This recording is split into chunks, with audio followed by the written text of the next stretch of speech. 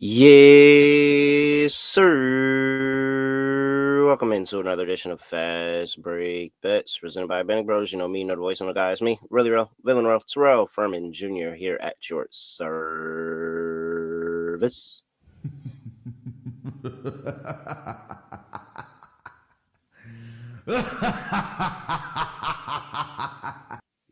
All right, well, another sweep on the show.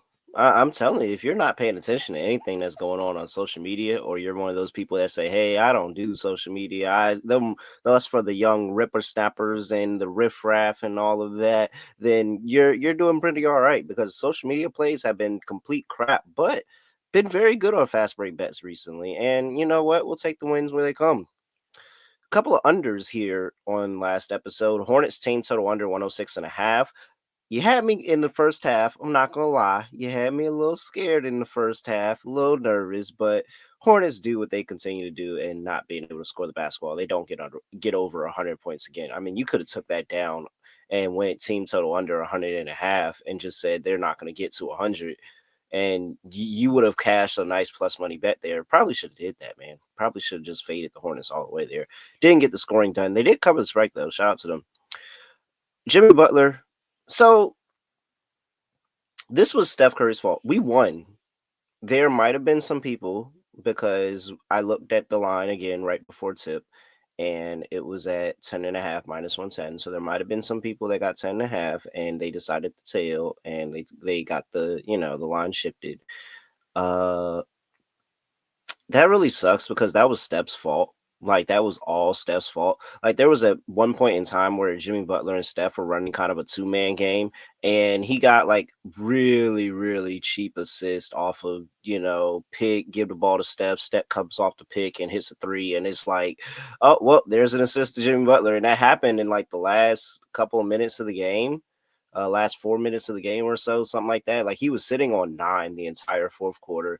Last 4 minutes of the game, he gets an assist off of Steph, and then I think it was Pajemski who had like a brick three, and it just went straight to Jimmy's hands, and I was like, oh man.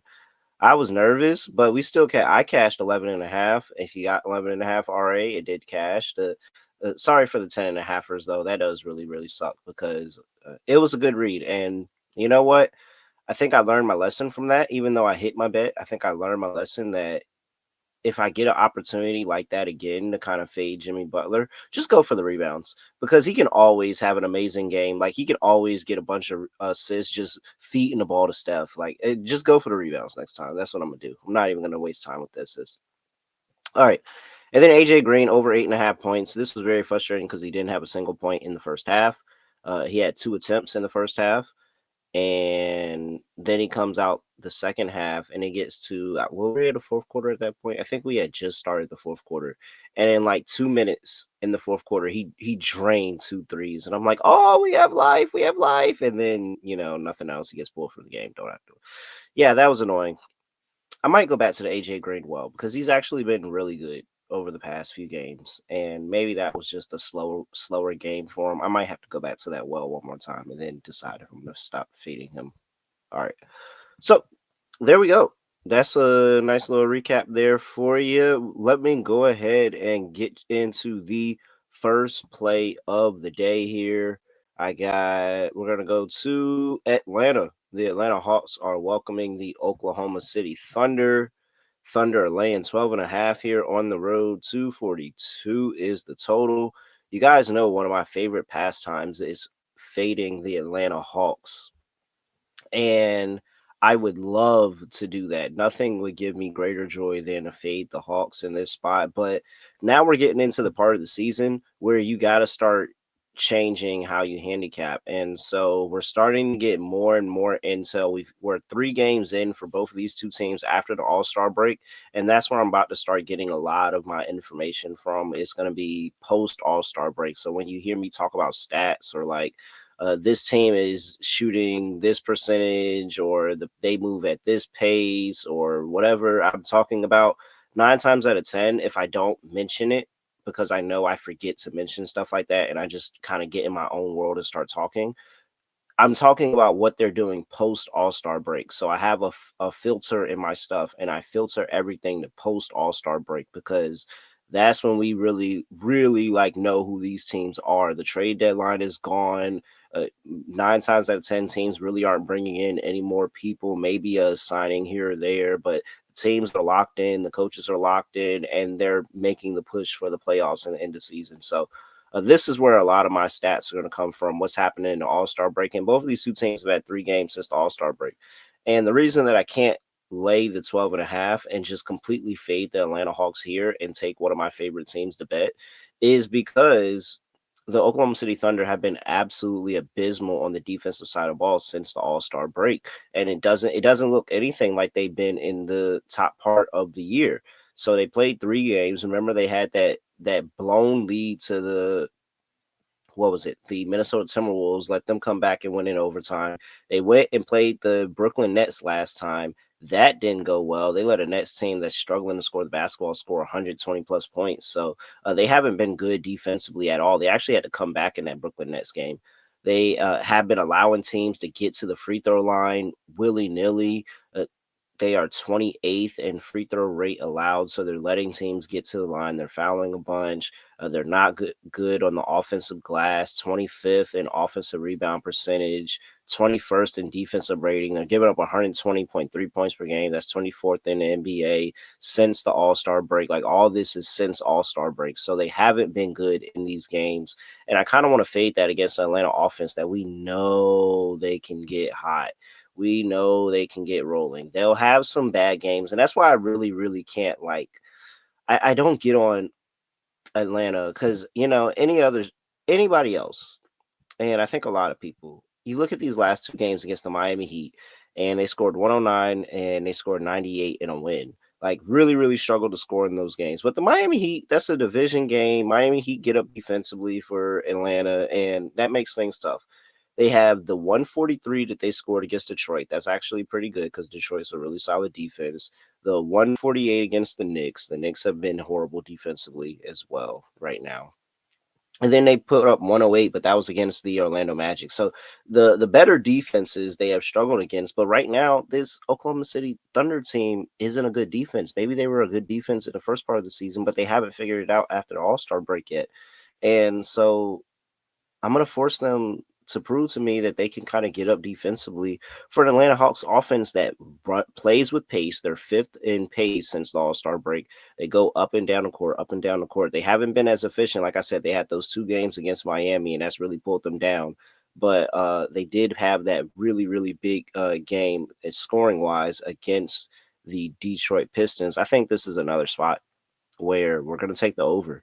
I just like the over for the game. I think that the Thunder aren't going to come into here and just let Atlanta do anything willy-nilly and not have a response. They still have been the number 1 offense in points per game since the All-Star break, scoring 129.3 points per game.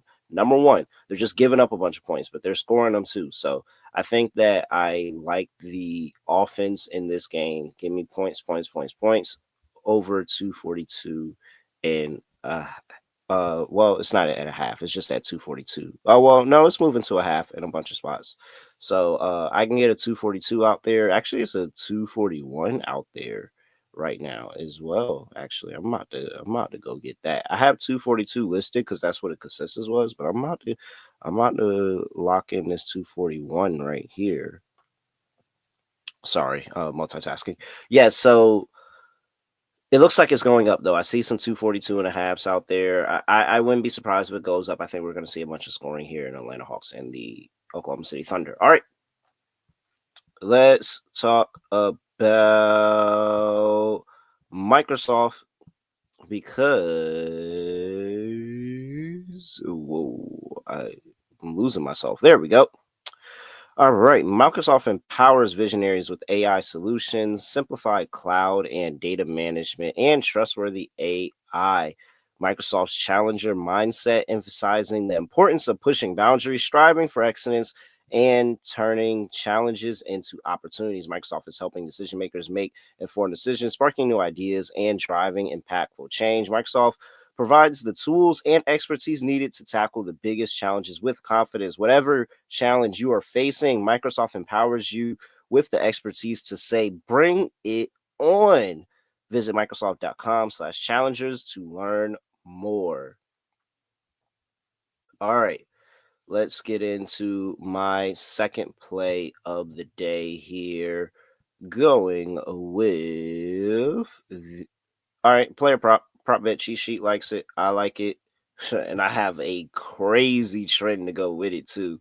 Uh, Undefeated on the season, matter of fact. So what does that mean? Hopefully, no. I don't even want to put that in the atmosphere.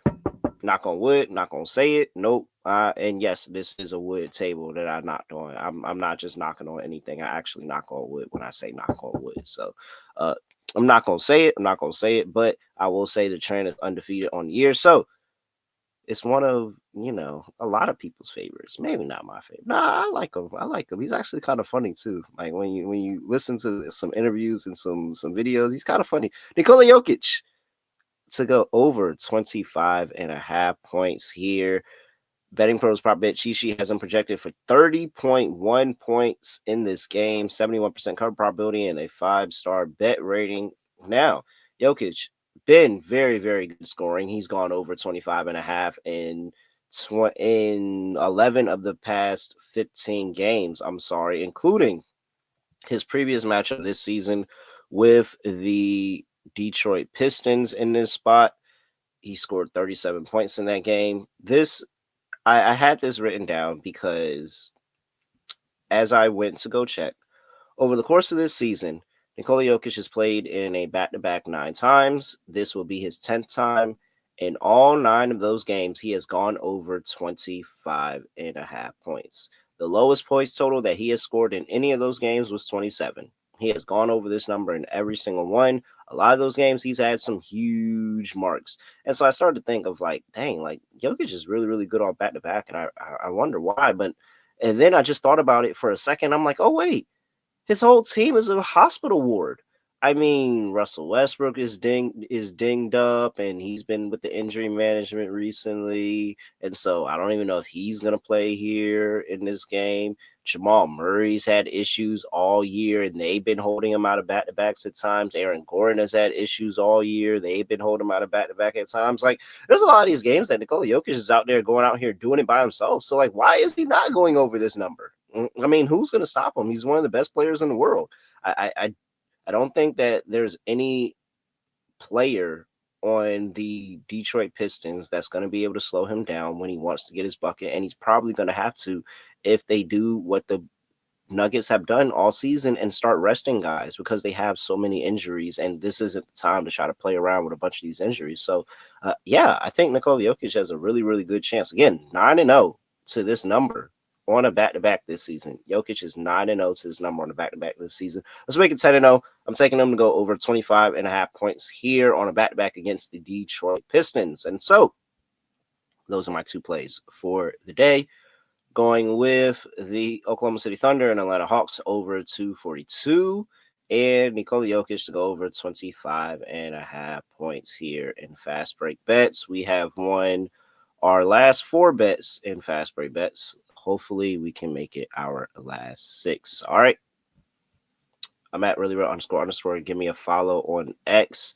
Give me a follow on X and on TikTok at BettingPros, at BettingPros NFL on Instagram and YouTube.com/BettingPros, where you can subscribe, drop a comment on any fast break bets video. You'll have a chance to win an Alonzo Mourning signed jersey, courtesy of our friends over there at pristineauction.com.